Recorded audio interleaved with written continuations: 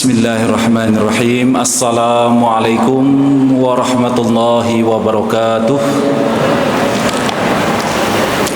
Alhamdulillahi rabbil alamin. Alhamdulillahilladzi anzala al-Qur'an bilisanin arabiyyin mubin. Asyhadu an la ilaha illallah rabbul arsyil azim wa asyhadu anna Muhammadan abduhu wa rasuluh shadiqul wa'dil amin. Allahumma salli wa sallim ala nabiyina Muhammadin sallallahu alaihi wasallam wa ala alihi wa sahbihi ajma'in, amma ba'd. Bapak Ibu, rekan-rekan jamaah salat zuhur yang dirahmati oleh Allah, bersyukur alhamdulillah pada kesempatan siang hari ini kita kembali bisa melanjutkan kajian rutin tafsir At-Tanwir, yang pada kesempatan kali ini saya berkesempatan untuk melanjutkan kajian kita, yang pada kesempatan kali ini kita beranjak pada surah Al-Baqarah ayat 11 sampai ayat ke-15. Tentu kelanjutan dari pembahasan yang lalu, karena dalam kelompok ayat di tafsir At-Tanwir ayat ke-8 sampai ayat ke-20 membicarakan terkait dengan orang munafik. Setelah didefinisikan siapa orang munafik dan apa yang menimpa sosok orang munafik yang disebut dalam ayat sebelumnya, ada penyakit hati, di mana penyakit tersebut penyakit yang senantiasa terus bertambah sampai Allah Subhanahu wa taala memberikan azab yang pedih kepadanya. Nah, Bapak Ibu rekan sekalian yang dirahmati oleh Allah, pada kesempatan saat ini kita akan membahas 11 sampai 15 yang mana berkaitan dengan 3 perilaku orang-orang munafik, di mana di ayat 11 sampai ayat 15 dijelaskan tentang perilaku orang-orang munafik. Ada 3, nanti kita akan jelaskan, dan bagaimana dalam tafsir At-Tanwir pun kemudian direspon dan dikontekstualisasikan dalam situasi kita saat ini. Allah Subhanahu wa taala berfirman, A'udzubillahi minasyaitonir rajim. Wa idza qila lahum la tufsidu fil ardi qalu innama nahnu muslihun ala innahum humul mufsiduna walakin la yash'urun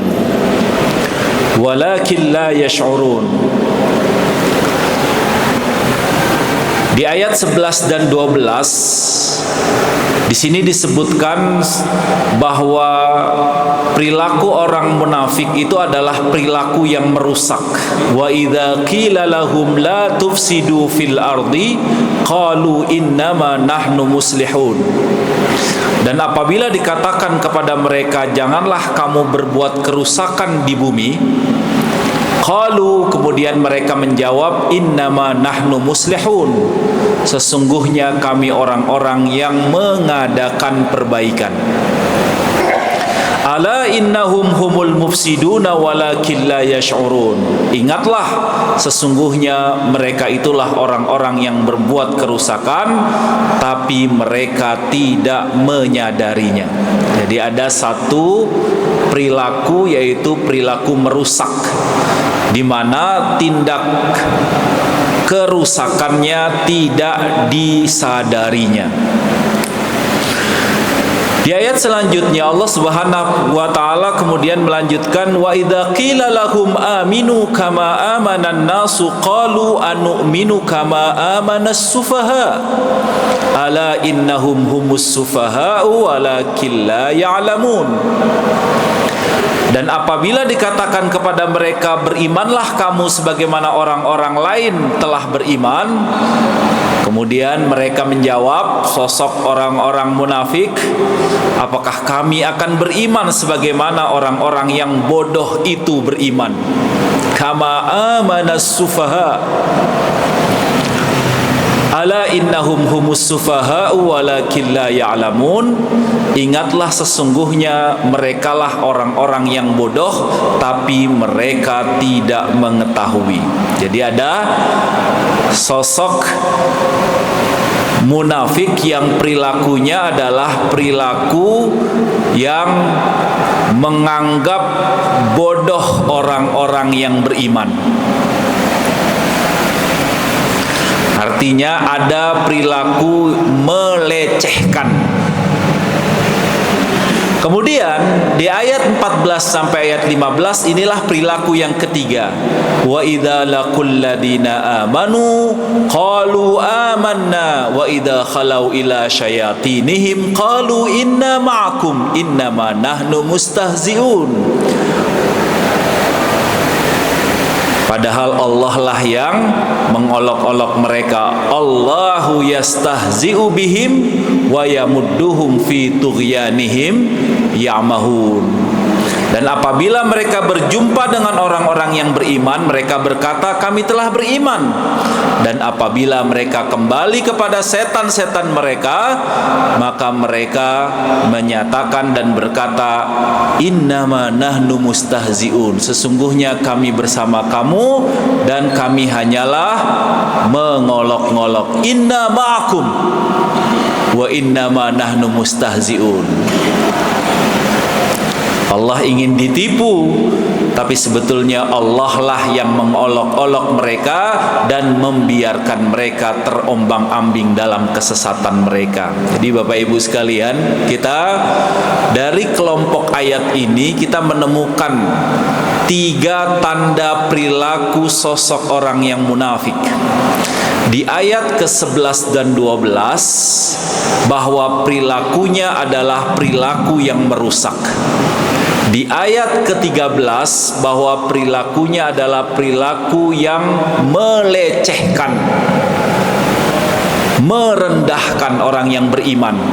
Dan yang ketiga adalah dari ayat ke-14 sampai 15, mereka orang munafik perilakunya adalah perilaku yang bermuka dua.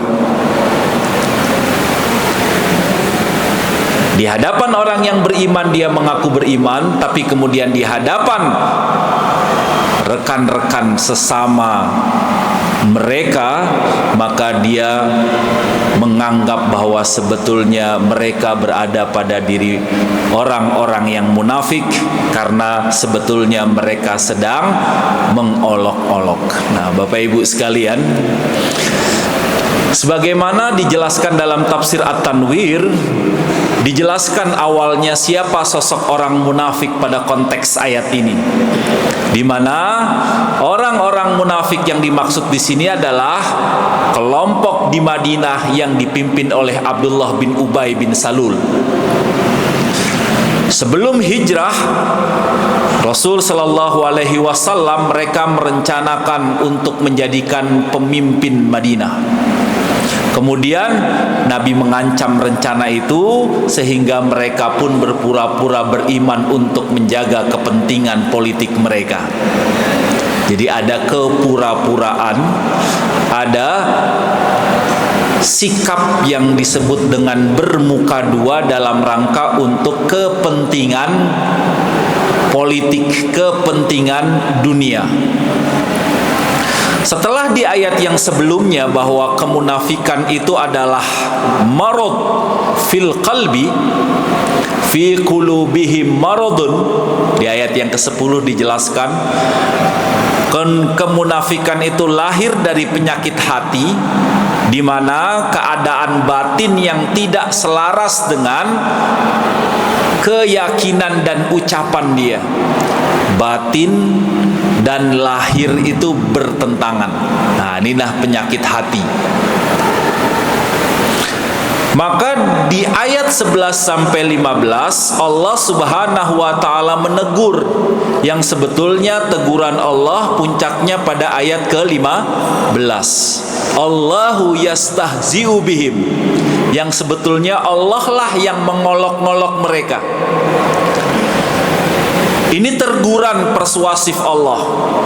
Tapi mereka tidak mau peduli, mereka nggak merasa, mereka menganggap dirinya sudah benar, bahkan paling benar, tidak menyadari bahwa perbuatan mereka adalah perbuatan merusak, perbuatan yang merendahkan, perbuatan yang mengolok-olok.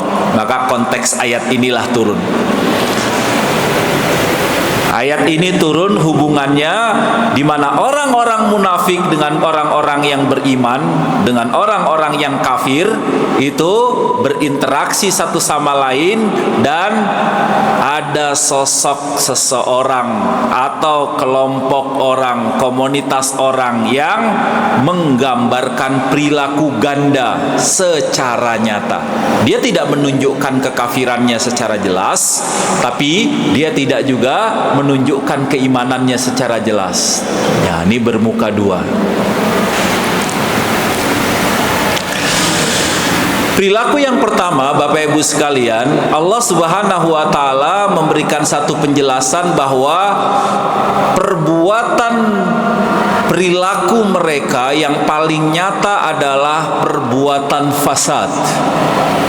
Sudah dijelaskan la tufsidu. Banyak para ulama menyebut kerusakan mereka. Dalam tafsir At-Tanwir dijelaskan bahwa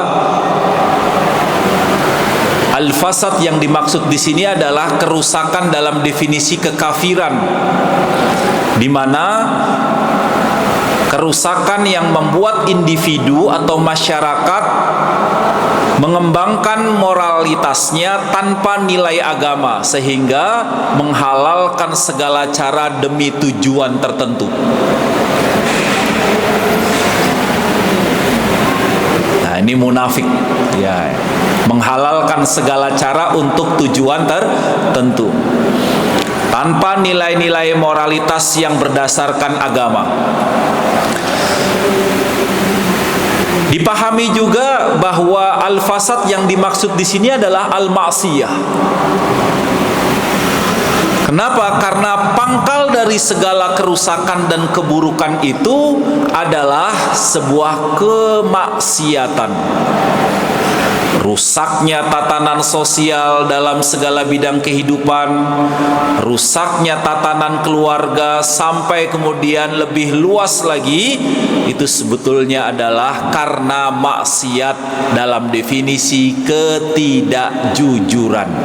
Al-fasad, kerusakan itu dalam definisi maksiat, ketidakjujuran.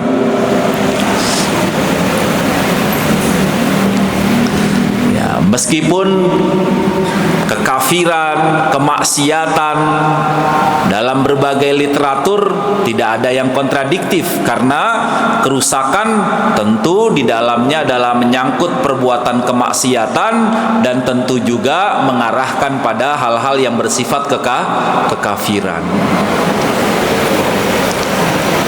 Bahkan kalau dikorelasikan dalam ayat 204 sampai 205 dijelaskan bagaimana perilaku mereka memang perilaku yang merusak.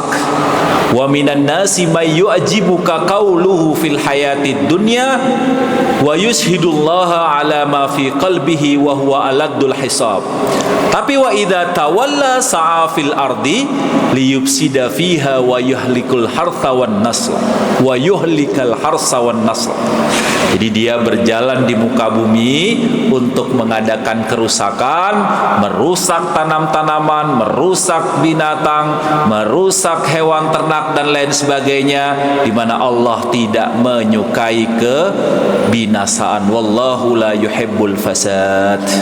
Jadi kadang-kadang ada sosok manusia yang mana mungkin akan membuat kamu takjub berkaitan dengan urusan dunia, tapi sebetulnya kesaksian Allah Subhanahu wa taala dalam hatinya dia seburuk-buruknya musuh, aladul khisam. Nah, ini ada dua wajah. Kelihatannya itu sebetulnya baik, bagus, menakjubkan, hebat dan lain sebagainya, tapi sebetulnya di sisi yang lain itu wa huwa aladul hisan. Kenapa demikian?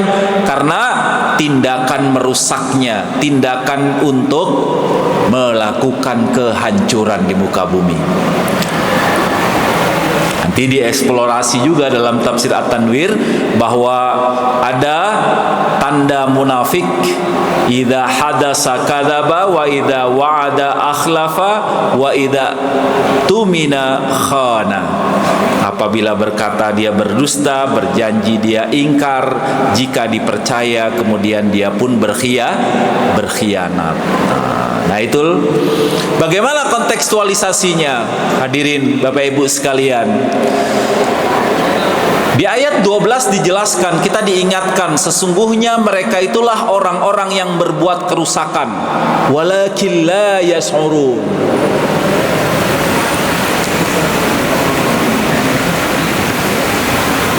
Ya, kerusakan saat ini ya tentu korupsi, manipulasi, pejabat atau pemimpin yang secara formal mengaku muslim tapi melakukan tindak korupsi, memanipulasi data, menyalahgunakan wewenang, merasa sedang membangun padahal sebetulnya sedang merusak. Manipulasi.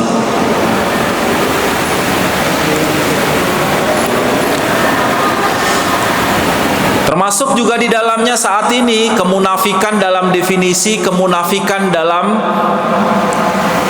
tindakan di media sosial. Ya, saya rasa juga sangat relate saat ini. Tampil soleh, tampil dermawan di media sosial, tapi kemudian dalam kehidupan nyata menipu, mengelabui, nyakiti orang. Sering kita menyebutnya dengan apa? Flexing, pencitraan.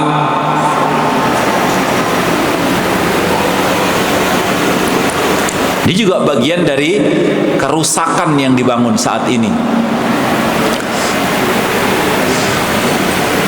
Hoax, ujaran kebencian juga diakomodir dalam tafsir At-Tanwir, di mana penyebaran berita palsu, ujaran kebencian atas agama, atas kepentingan tertentu, kemudian pelakunya merasa berdakwah, pelakunya merasa membela kebenaran, padahal sebetulnya merusak persatuan umat. Nah, ini juga bagian dari tidak saja kerusakan yang bersifat fisik, tapi kerusakan bisa juga dalam kaitannya dengan kemunafikan kita dalam beraktivitas di media sosial.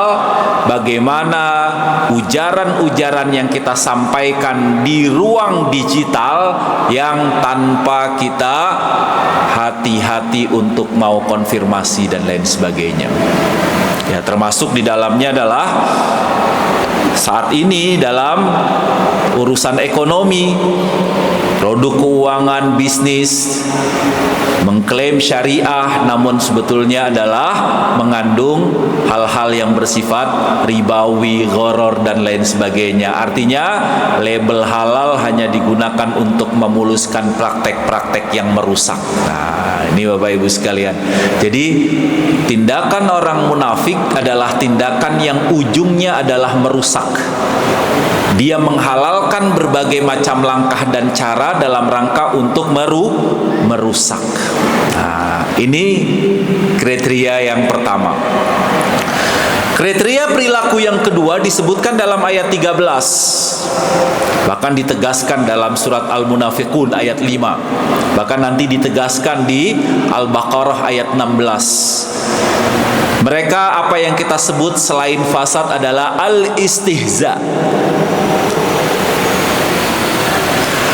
Kenapa? Karena tuduhan kebodohan. Mereka merendahkan, melecehkan orang yang beriman, menyebut as-sufaha, orang-orang yang bodoh. Ini bukan bodoh intelektual, tapi bodoh dalam cara memilih hidup. Jadi bodoh banget. Orang bisa begini kok, bisa tipu-tipu kok mau jujur gitu. Nah, itu dibilang sufaha itu artinya. Jadi bukan jahlun. Kalau jahlun itu bodoh dalam definisi intelektual, dia tidak tahu, al-jahlu. Tapi as-sufaha itu artinya sebetulnya dia tahu mana benar dan yang salah. Karena dia tahu yang salah tadi itu lebih menguntungkan, maka dia memilih yang salah. Kalau dia jelas-jelas jujur itu pasti hancur. Bodoh banget kamu, itulah sufaha. Udah dibilangin jangan jujur, gak lulus kan gitu, gak sukses kan, rugikan dan lain sebagainya. Itu as-sufaha. Itu tuduhan yang luar biasa. Orang yang dia anggap bahwa tindakan yang tidak benar dia anggap sebuah kebenaran dan membawa kemenangan.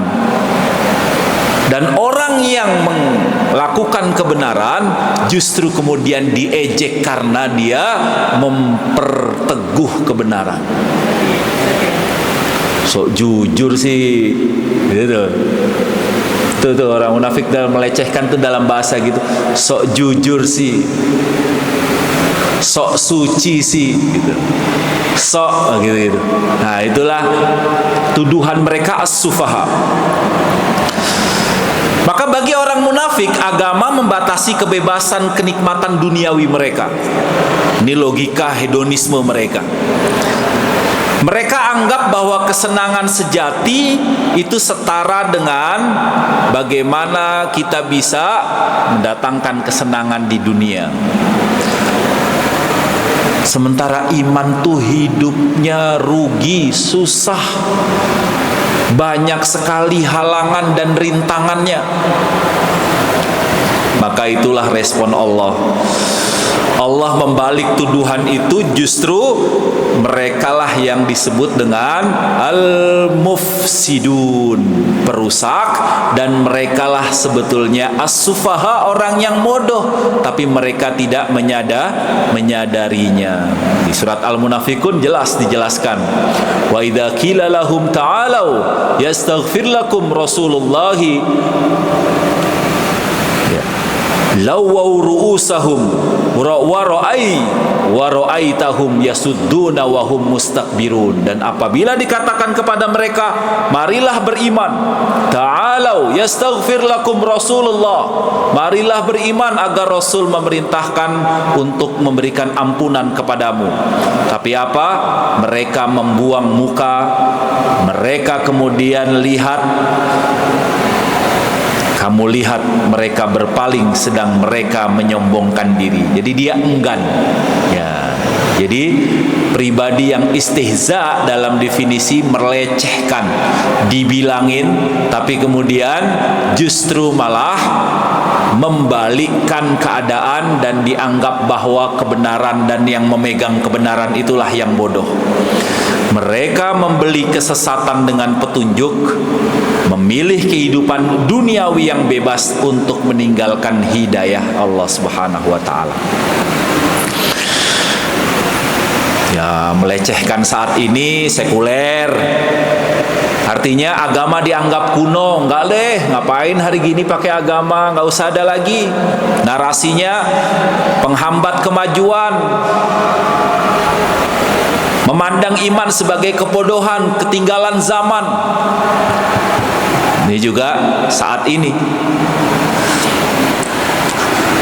Atau bahkan sebaliknya, Islamofobia secara internal, kelompok dalam komunitas muslim sendiri yang meremehkan ketentuan fikih, ketentuan hadis, apa yang ditentukan dan dimaksimalkan oleh hasil-hasil para ulama dianggap sebagai hal-hal yang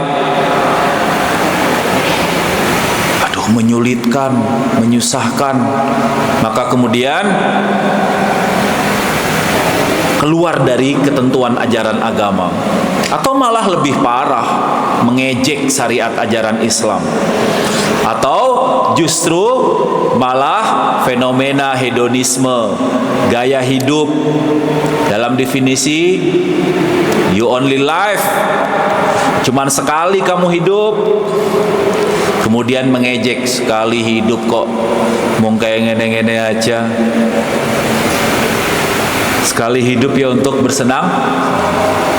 Ini sebuah konteks yang saat ini mungkin banyak kita alami. Kita istiqomah pada kebaikan, tapi bagaimana kita bisa tetap istiqomah di tengah berbagai macam situasi dan kondisi kehidupan yang luar biasa? Mungkin saja kita mendapatkan tindakan-tindakan pelecehan tadi, dan sejauh mana kita bisa memaksimalkannya. Dan yang ketiga, yang terakhir Bapak Ibu sekalian, adalah perilaku yang tidak konsisten. Nifaq, bermuka dua. Di hadapan kaum beriman dia mengatakan beriman, di hadapan temannya sendiri dia mengatakan bahwa saya sebetulnya ngolok-ngolok mereka, sebetulnya saya tetap berada pada seperti kalian semua, wajah aslinya dengan menertawakan kaum-kaum yang beriman. Banyak ini.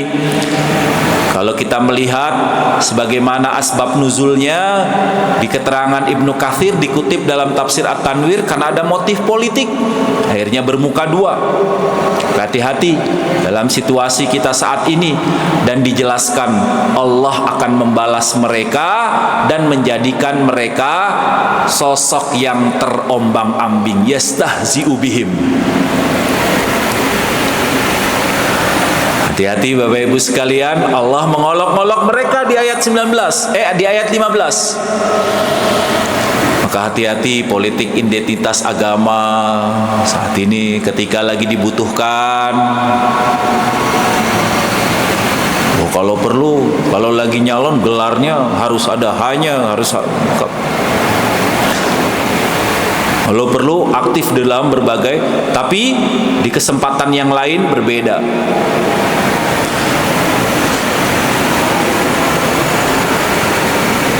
Tokoh publik bermuka dua, krisis identitas, di mana fenomena generasi muda yang mengaku muslim tapi malu menjalankan ketentuan ajaran syariat di depan umum, takut dicap radikal. Ini juga termasuk juga di dalamnya adalah organisasi atau lembaga agama. Kadangkala lembaga berlabel Islam, kemudian dia berkompromi dengan kepentingan kekuasaan, kepentingan kapital, kemudian menyesuaikan fatwanya, menyesuaikan sikapnya dengan penguasa, dan kemudian tidak berdasarkan pada kebenaran. Nah, ini hati-hati nih. Dalam situasi kita saat ini juga harus benar-benar cerdas. Inilah yang sangat populer, yang itu menjadi tanda-tanda kemunafikan yang mungkin harus bisa kita antisipasi.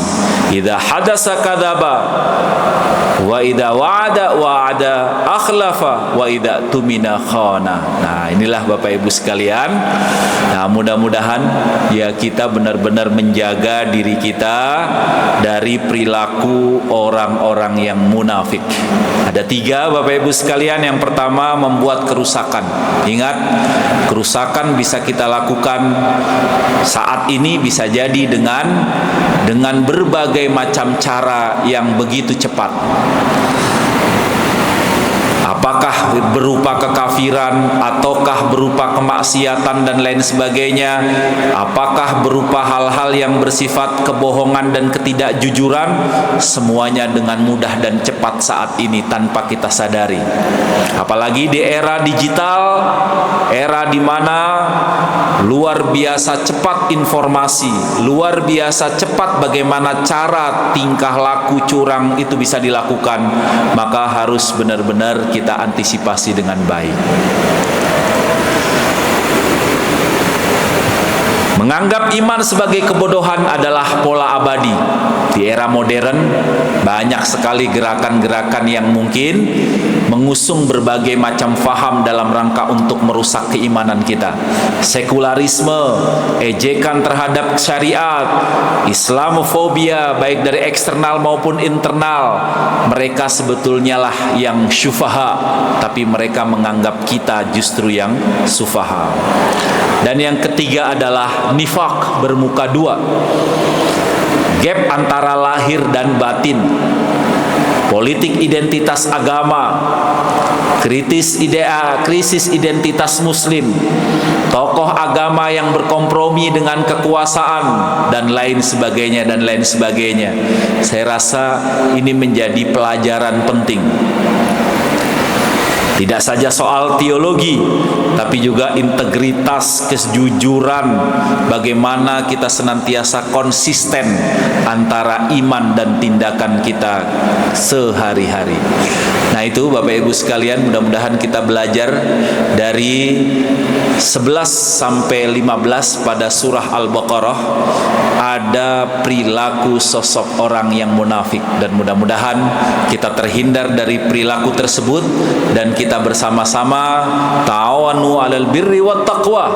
Kita bersama-sama tawasau bil haqqi wa tawasau bis sabr, sehingga kita bisa benar-benar memerangi mereka. Hati-hati, mereka tidak tampak di hadapan kita. Mereka benar-benar senyap, dan tanpa ta'awun, tanpa saling kita nasihati, itu akan sulit kita lawan. Tapi dengan kita ta'awun bersama-sama, dengan kita saling peduli bersama-sama, insya Allah kita mampu terbebaskan dari mereka yang berperilaku demikian, dan kita tidak tergoda untuk menjadi orang-orang yang berperilaku demikian.